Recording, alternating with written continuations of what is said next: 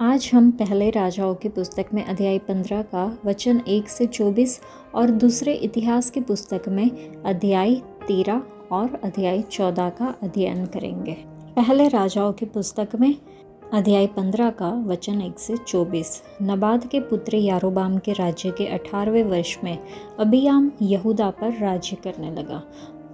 वह 3 वर्ष तक यरूशलेम में राज्य करता रहा। उसकी माता का नाम माका था, जो अबशालोम की पुत्री थी। वह वैसे ही पापों की लीक पर चलता रहा जैसे उसके पिता ने उससे पहले किए थे, और उसका मन अपने परमेश्वर यहोवा की ओर अपने परदादा दाऊद के समान पूरी रीति से लगा न रहा। तो भी दाऊद के कारण उसके परमेश्वर यहोवा ने यरूशलेम में उसे एक दीपक दिया, अर्थात उसके पुत्र को उसके बाद ठहराया और यरूशलेम को बनाए रखा, क्योंकि दाऊद वह किया करता था जो यहोवा की दृष्टि में ठीक था, और हित्ती उरिय्याह की बात के सिवाय और किसी बात में यहोवा की किसी आज्ञा से जीवन भर कभी न मुड़ा। रहूबियाम के जीवन भर उसके और यारोबाम के बीच लड़ाई होती रही। अबियाम के और सब काम जो उसने किए, क्या वे यहूदा के राजाओं के इतिहास की पुस्तक में नहीं लिखे हैं? और अबियाम की यारोबाम के साथ लड़ाई होती रही। अबियाम अपने पुरखाओं के संग सो गया और उसको दाऊदपुर में मिट्टी दी गई, और उसका पुत्र आसा उसके स्थान पर राज्य करने लगा। इस्राएल के राजा यारोबाम के 20वें वर्ष में आसा यहूदा पर राज्य करने लगा, और वह यरूशलेम में 41 वर्ष तक राज्य करता रहा, और उसकी माता अबशालोम की पुत्री माका थी। आसा ने अपने मूल पुरुष दाऊद के समान वही किया जो यहोवा की दृष्टि में ठीक था। उसने तो पुरुषगामियों को देश से निकाल दिया, और जितनी मूरतें उसके पुरखाओं ने बनाई थी उन सबों को उसने दूर किया। वरन उसकी माता माका, जिसने अशेरा के लिए एक घिनौनी मूरत बनाई थी, उसको उसने राजमाता के पद से उतार दिया, और आसा ने उसकी मूरत को काट डाला और किद्रोन के नाले में फूंक दिया, परंतु ऊंचे स्थान तो ढाए न गए। तो भी आसा का मन जीवन भर यहोवा की ओर पूरी रीति से लगा रहा, और जो सोना चांदी और पात्र उसके पिता ने अर्पण किए थे और जो उसने स्वयं अर्पण किए थे, उन सबों को उसने यहोवा के भवन में पहुंचा दिया। आसा और इस्राएल के राजा बाशा के बीच उनके जीवन भर युद्ध होता रहा। इस्राएल के राजा बाशा ने यहूदा पर चढ़ाई की और रामा को इसलिए दृढ़ किया कि कोई यहूदा के राजा आसा के पास आने जाने न पाए। तब आसा ने जितना सोना चांदी यहोवा के भवन और राजभवन के भंडारों में रह गया था, उस सब को निकाल अपने कर्मचारियों के हाथ सौंपकर दमिश्क वासी अराम के राजा बेन्हदद के पास, जो हेजियोन का पोता और तब्रिमोन का पुत्र था, भेजकर यह कहा, जैसा मेरे और तेरे पिता के मध्य में, वैसे ही मेरे और तेरे मध्य भी वाचा बांधी जाए। देख, मैं तेरे पास चांदी सोने की भेंट भेजता हूँ, इसलिए आ, इस्राएल के राजा बाशा के साथ की अपनी वाचा को टाल दे कि वह मेरे पास से चला जाए। राजा आसा की यह बात मानकर बेन्हदद ने अपने दलों के प्रधानों से इस्राएली नगरों पर चढ़ाई करवाकर इयोन, दान, आबेल माका और समस्त किन्नेरेत को और नप्ताली के समस्त देश को पूरा जीत लिया। यह सुनकर बाशा ने रामा को दृढ़ करना छोड़ दिया और तिर्सा में रहने लगा। तब राजा आसा ने सारे यहूदा में प्रचार करवाया, और कोई अनसुना न रहा। तब वे रामा के पत्थरों और लकड़ी को, जिनसे बाशा उसे दृढ़ करता था, उठा ले गया, और उनसे राजा आसा ने बिन्यामीन के गेबा और मिस्पा को दृढ़ किया। आसा के अन्य कार्य और उसकी वीरता और जो कुछ उसने किया और जो नगर उसने दृढ़ किए, ये सब क्या यहूदा के राजाओं के इतिहास की पुस्तक में नहीं लिखा है? परंतु उसके बुढ़ापे में उसे पाँवों का रोग लग गया। आसा अपने पुरखाओं के संग सो गया, और उसे उसके मूल पुरुष दाऊद के नगर में उन्हीं के पास मिट्टी दी गई, और उसका पुत्र यहोशापात उसके स्थान पर राज्य करने लगा। दूसरे इतिहास की पुस्तक का अध्याय 13। यारोबाम के 18वें वर्ष में अबिय्याह यहूदा पर राज्य करने लगा। वह 3 वर्ष तक यरूशलेम में राज्य करता रहा। उसकी माता का नाम मिकायाह था, जो गिबावासी उरियेल की बेटी थी। फिर अबिय्याह और यारोबाम के बीच में लड़ाई हुई। अबिय्याह ने तो बड़े योद्धाओं का दल अर्थात 4 लाख छंटे हुए पुरुष लेकर लड़ने के लिए पाँति बंधाई, और यारोबाम ने 8 लाख छटे हुए पुरुष जो बड़े शूरवीर थे लेकर उसके विरुद्ध पाँति बंधाई। तब अबिय्याह समारेम नामक पहाड़ पर, जो एप्रेम के पहाड़ी देश में है, खड़ा होकर कहने लगा, हे यारोबाम, हे सब इस्राएलियों, मेरी सुनो। क्या तुमको न जानना चाहिए कि इस्राएल के परमेश्वर यहोवा ने नमक वाली वाचा बांधकर दाऊद को और उसके वंश को इस्राएल का राज्य सदा के लिए दे दिया है। तो भी नबात का पुत्र यारोबाम, जो दाऊद के पुत्र सुलेमान का कर्मचारी था, वह अपने स्वामी के विरुद्ध उठा है। उसके पास हल्के और ओछे मनुष्य इकट्ठा हो गए हैं, और जब सुलेमान का पुत्र रहोबियाम लड़का और अल्हड़ मन का था और उनका सामना न कर सकता था, तब वे उसके विरुद्ध सामर्थी हो गए।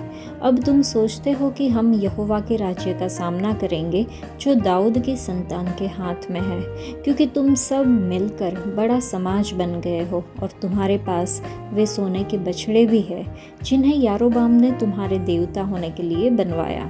क्या तुमने यहोवा के याजकों को अर्थात हारून की संतान और लेवियों को निकालकर देश देश के लोगों के समान याजक नियुक्त नहीं कर लिए? जो कोई एक बछड़ा और 7 मेढ़े अपने संस्कार कराने को ले आता, वह उनका याजक हो जाता है, जो ईश्वर नहीं है, परंतु हम लोगों का परमेश्वर यहोवा है, और हमने उसको नहीं त्यागा। और हमारे पास यहोवा की सेवा टहल करने वाले याजक, हारून की संतान और अपने अपने काम में लगे हुए लेवीय है। वे नित्य सवेरे और सांझ को यहोवा के लिए होम बलि और सुगंध द्रव्य का धूप जलाते हैं, और शुद्ध मेज पर भेंट की रोटी सजाते और सोने की दीवट और उसके दीपक सांझ सांझ को जलाते हैं। हम तो अपने परमेश्वर यहोवा की आज्ञाओं को मानते रहे हैं, परंतु तुमने उसको त्याग दिया है। देखो, हमारे संग हमारा प्रधान परमेश्वर है, और उसके याजक तुम्हारे विरुद्ध सांस बांधकर फूंकने को तुरैया लिए हुए भी हमारे साथ है। हे इस्राएलियों, अपने पूर्वजों के परमेश्वर यहोवा से मत लड़ो, क्योंकि तुम सफल ना होंगे। परंतु यारोबाम ने घातकों को उनके पीछे भेज दिया। वे तो यहूदा के सामने थे और घातक उनके पीछे थे। जब यहूदियों ने पीछे मुंह फेरा तो देखा कि हमारे आगे और पीछे दोनों ओर से लड़ाई होने वाली है। तब उन्होंने यहोवा की दुहाई दी और याजक तुरैयों को फूंकने लगे। तब यहूदी पुरुषों ने जय जयकार किया, और जब यहूदी पुरुषों ने जय जयकार किया, तब परमेश्वर ने अबिय्याह और यहूदा के सामने यारोबाम और सारे इस्राएलियों को मारा। तब इस्राएली यहूदा के सामने से भागे, और परमेश्वर ने उन्हें उनके हाथ में कर दिया। अबिय्याह और उसकी प्रजा ने उन्हें बड़ी मार से मारा, यहाँ तक कि इस्राएल में से 5 लाख छंटे हुए पुरुष मारे गए। उस समय तो इस्राएली दब गए, और यहूदी इस कारण प्रबल हुए कि उन्होंने अपने पितरों के परमेश्वर यहोवा पर भरोसा रखा था। तब अबिय्याह ने यारोबाम का पीछा करके उससे बेतेल, यशना और एप्रोन नगरों और उनके गांवों को ले लिया। अबिय्याह के जीवन भर यारोबाम फिर सामर्थी न हुआ, और यहोवा ने उसको ऐसा मारा कि वह मर गया। परंतु अबिय्याह और भी सामर्थी हो गया, और 14 स्त्रियां ब्याह ली, जिनसे 22 बेटे और 16 बेटियां उत्पन्न हुई। अबिय्याह के काम और उसकी चाल चलन और उसके वचन इदो नबी की कथा में लिखे हैं।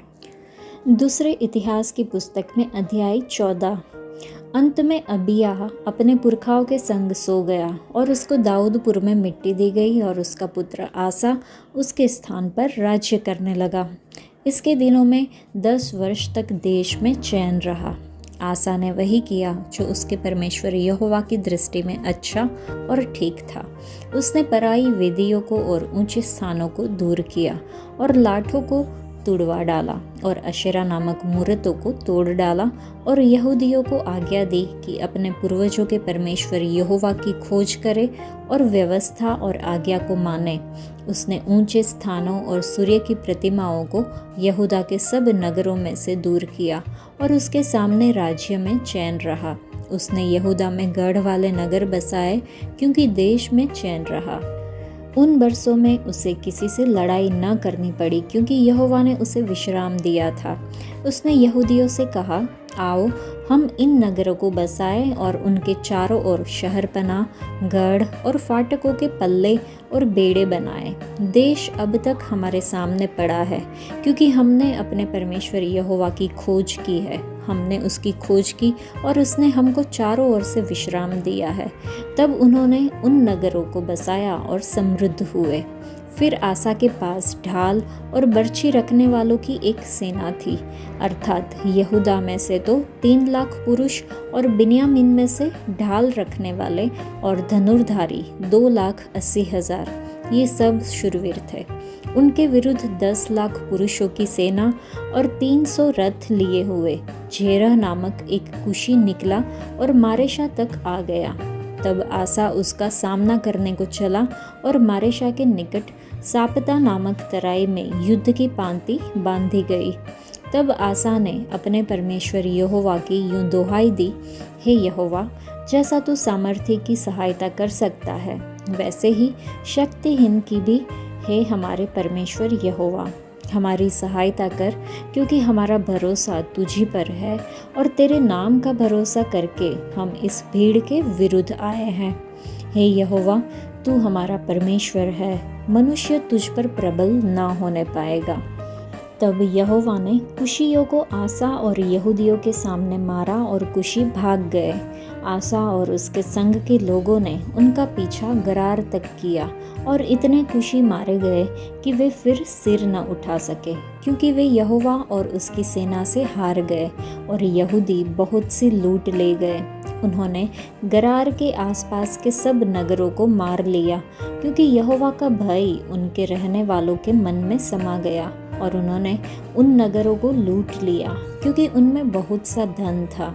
फिर पशुशालाओं को जीतकर बहुत सी भेड़ बकरियां और ऊंट लूटकर यरूशलेम को लौटे। पहले राजाओं की पुस्तक के अध्याय 15 में वचन 11 में हमने देखा कि आसा ने वही किया जो यहोवा की नज़र में सही था। राजा आसा ने मूर्तियों से छुटकारा पाकर परमेश्वर को प्रसन्न किया। उसकी आज्ञाकारिता के कारण परमेश्वर ने यहूदा को उसके शत्रुओं से भी आराम दिया। लेकिन अचानक यहूदा की शांति तब भंग हो गई जब इथियोपियाई सेना ने हमला किया। आसा ने परमेश्वर को पुकारा और जीत मिली, लेकिन शांति भंग क्यों हुई? ओदेद के पुत्र अजर्या पर परमेश्वर की आत्मा उतरी। वह आसा से मिलने के लिए बाहर गया और उससे कहा, हे आसा और यहूदा और बिन्यामीन के सभी लोगों, मेरी बात सुनो। जब तुम यहोवा के साथ रहोगे तो वह तुम्हारे साथ रहेगा। यदि तुम उसे खोजोगे तो वह तुम्हें मिलेगा, परंतु यदि तुम उसे त्याग दोगे तो वह तुम्हें त्याग देगा। पवित्र आत्मा ने राजा आसा को चेतावनी का यह संदेश क्यों दिया? राजा आसा की प्रतिक्रिया से समस्या का पता चलता है, क्योंकि लिखा है कि जब आसा ने अजर्या भविष्यद्वक्ता से यह संदेश सुना तो उसने हिम्मत जुटाई और यहूदा और बिन्यामीन के देश से सभी घृणित मूर्तियों को हटा दिया। हालांकि पहले आसा ने यहूदा और बिन्यामीन में मूर्ति पूजा का विरोध किया था, लेकिन परमेश्वर के लोगों के बीच मूर्ति पूजा की धीमी और गुप्त वापसी हुई।